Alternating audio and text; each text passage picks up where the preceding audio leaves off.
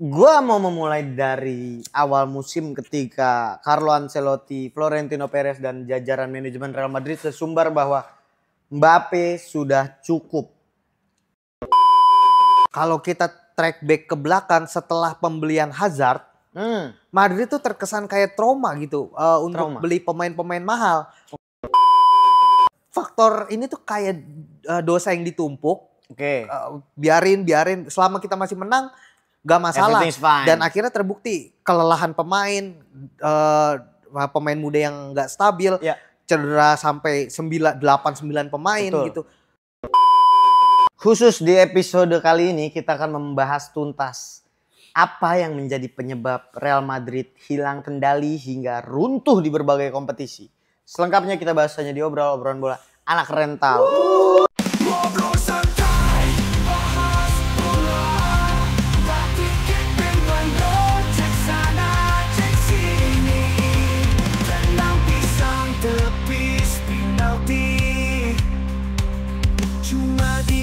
Semua happy, ada Kiki, Sawi, Macan, dan Dora Api. Ngobrol sampai pagi, juga jadi gak perlu emosi. Yang penting hahaha. Khusus di episode kali ini kita akan kita akan duduk membahas kiprah Real Madrid bersama Don Carlo. Gua mau memulai dari awal musim ketika Carlo Ancelotti, Florentino Perez dan jajaran manajemen Real Madrid sesumbar bahwa Mbappe sudah cukup dalam melengkapi puzzle skuad menuju Liga dan musim 2024-2025. Pernyataan yang cukup ambisius, tapi banyak orang masih percaya karena kala itu mereka baru aja mendapat Liga Champions dan Liga. Ini juga debut Mbappe itu juara dia. Ya, Super Cup. Super Cup. Ini benar-benar pernyataan yang ambisius tapi banyak orang memaklumi karena ya this is Madrid gitu mereka bilang. Ya, satu musim berjalan ternyata terbukti nggak ada yang absolut di dunia ini gitu, bahwa kemudian lu datengin satu Kylian Mbappe pun gak bisa memberikan dampak banyak walaupun produktif ya, 40 gol all competition ya. Dan ini sebagai salah satu pemain rekor debutan paling banyak gol di Real Madrid. Di Real Madrid debutan. Ngelewatin Raul, Ronaldo dan lain-lain. Ya ini capaian yang luar biasa buat Mbappe pribadi, tapi tentu kepindahan dia ke Madrid kan pengen ngangkat Liga Champions tuh. Tapi itu tidak tercapai. Tapi secara overall kita udah mewanti-wanti gitu ya bahwa Ancelotti ini nggak bisa puas dengan materi yang ada, apalagi di awal musim itu kita udah tahu bahwa Alaba injury prone gitu, bahwa Carvajal cedera dari Euro kan, terus juga lu nggak bisa mengandalkan Vazquez lagi gitu dan lain sebagainya. Tapi ya tetap dengan kepala batunya. Apa yang bisa lu lihat dari kejadian Madrid di musim ini tuh? Kalau kita track back ke belakang setelah pembelian Hazard, Madrid tuh terkesan kayak trauma gitu untuk beli pemain-pemain mahal.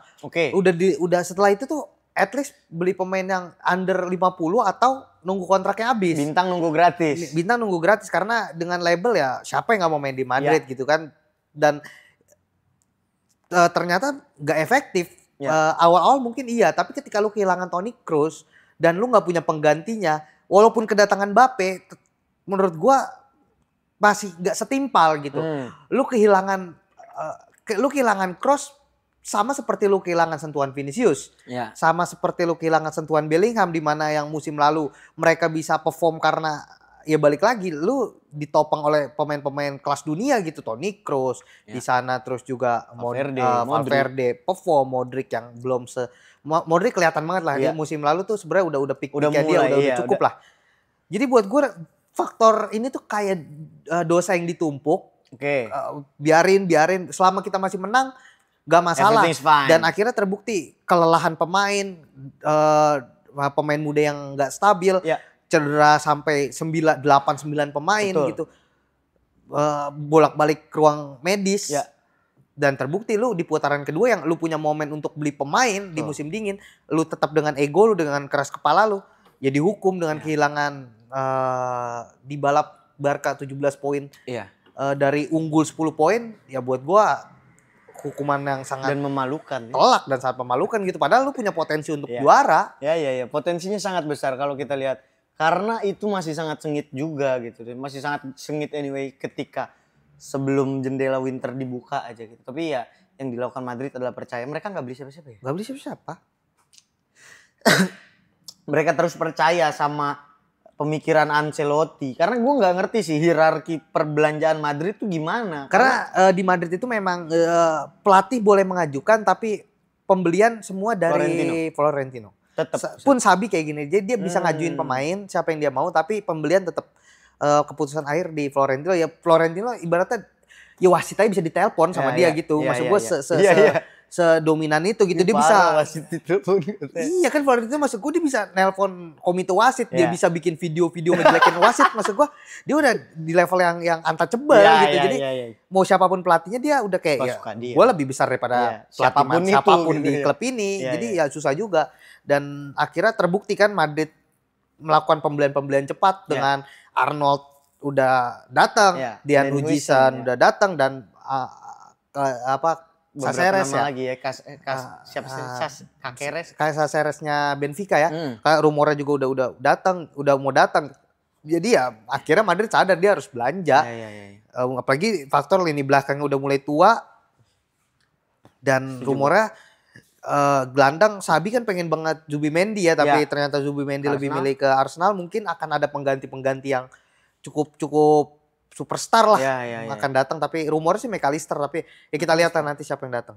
Karena gue ngerasa kalau Madrid mulai meninggalkan proyek Galacticos yang dibilang masanya udah lewat, tapi gue rasa di setiap pos itu seharusnya tetap harus ada gitu ya orang yang ya superstar.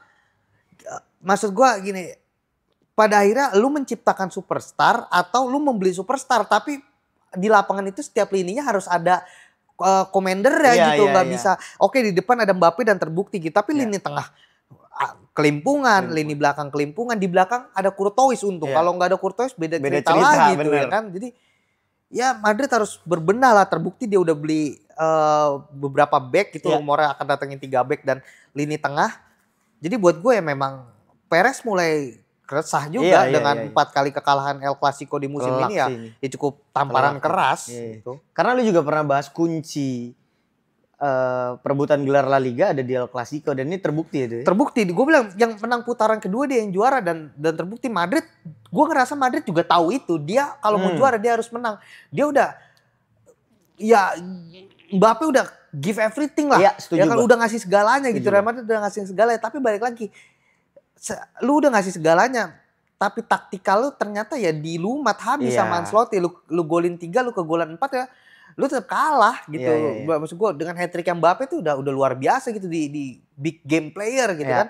Cuma Barcelona 10 menit cetak 3 gol, ada something wrong dengan defensive line lu. Iya, jadi ya memang harus berbenah gitu. Jadi menurut gue juga mungkin ada deal-dealan dengan Xabi Alonso sih. Dengan dia harus pengen siapa-siapa pemain belakang berapa. Karena kalau Madrid ngotot gak belanja juga, yang buat gue sih cukup berat ya untuk survive musim depan. Gue rasa juga kalau Madrid ngotot belanja dan Xabi Alonso mau mengambil pekerjaannya adalah langkah yang bodoh dari Xabi. Itu. Buat apa lu datang ke tim yang gak mau berubah gitu, gak mau berbenah. Akhirnya ngerusak kredibilitas dan track record. Ngancurin CV dia. Ngancurin CV-nya. Iya, tapi menarik. Gue ngerasa Xabi Alonso datang bersamaan dengan at least 2 nama yang begitu dekat, yang udah pastilah, Dean Huijsen sama Arnold gitu. Apakah Xabi Alonso udah ngelihat juga nih hancur nih lini belakang Madrid? Ya gua rasa siapapun kacamata awam juga tahu lini belakang Madrid itu terlalu parah gitu. Dan Xabi Alonso terlihat kan dia dengan datengin Dean Huijsen dan rumornya dia minta left back gitu yang punya statistik offense cukup baik. Ya karena gue yakin Xabi akan main 3 back ini. 3 back dengan pembelian yang kayak gini sih kelihatan dia akan main 3 back. Center back masih kurang itu. Center back masih kurang, pasti akan minimal banget satu lagi atau Eder Militao fit. Ya bisa. Kecuali semua backnya fit, Alaba, Rudiger, Eder Militao, Iya. Raul Asensio tambah Hutchinson kan ada 5. Iya. Mungkin kalau 5-5-nya fit Bisa. bisa. Apalagi Carvajal. Gue rasa Carvajal lebih baik ditaruh di center back dengan usia segini sih. Oh gitu. Iya, Gue di malah 3 ngebayangin belakang. jadi 4 samping lagi. Gue rasa di belakang lebih tepat ada Carvajal, Hutchinson sama Raul.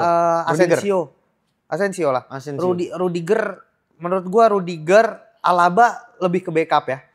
Karena ya balik lagi kalau Carvajal kan kapten. Iya. Cuma kalau Rudiger sama Alaba karena usia juga. Iya, Jadi iya, menurut gua udah sebagai leader aja Leader gitu. aja, Lo iya. lebih prospek ke depan biar Locker room ya. wingback diisi pemain-pemain muda yang eksplosif kayak Arnold Kayak sama Caceres. Iya, gitu. iya, iya.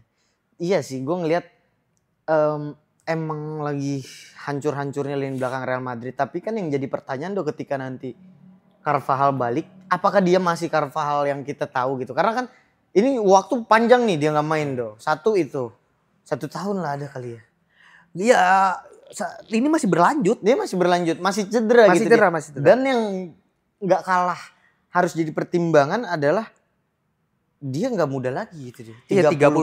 plus lah ya. Ya 32. Jadi buat gua itulah makanya dia ngedatengin Hutchinson, terus juga Eder Militao masih muda ya kalau fit oke lah. Terus ada Tchouaméni yang bakal menurut gue banyak dirotasi di center back karena Real Madrid mau ngedatengin gelandang juga kan untuk pelapis karena gue rasa akan dikuasain sama Valverde sama Bellingham di lini tengah tuh. Setuju gue. Apalagi lini serang juga Iya. ada Guler di sana yang step up banget musim ini tuh. Parah. Masih ada superstar kayak Mbappe dan Vinicius, terus juga ada pemain cadangan yang level starting kayak Brahim. Itu layak jadi starting kalau gak di Madrid, gue rasa dia starting gitu. Mungkin yang akan lepas Rodrigo ya. Rodrigo kemungkinan akan lepas. Ya dengan dia udah mulai dibanding Brahim doh. Apa? Dibanding Brahim. Kalau Madrid Brahim lebih milih ngelepas sebagai rotasi player masih mau ya. Masih mau. Kalau Rodrigo dengan level superstar dia ya dengan kelihatan lah dengan Rodrigo udah mulai nge-like-in postingan Arsenal, postingan Fabrizio, udah mulai kelihatan dia mulai gerah gitu kan. Ya kita lihat Rodrigo ini akan jadi saga transfer yang cukup epic juga nih musim ini. Rodrigo mungkin salah satu yang terbesar musim ini akan kemana gitu kan. Bisa. Dengan Florian Wirtz di sana juga ada nama-nama kayak Alexander Isak, Gyökeres, nama-nama besar yang akan muncul ke klub-klub papan atas tuh. Bursa transfer ini menarik lah. Kelihatan lah belum buka aja udah. Ntar kita di sini coba bahas deh isu-isu. Banyak soalnya banyak. Haaland kan dikontrak 9 tahun. Haaland ke Madrid. Kontrak 9 tahun anjing. Iya anjing sampai SMA bangsat kata gue. Belum lama banget. Dari SMP SMA itu ya? Iya SD SMP anjing. SD SMP 12 jadi SMA. 12 ya kalau sama dia sekarang udah SMA ini udah iya anjing.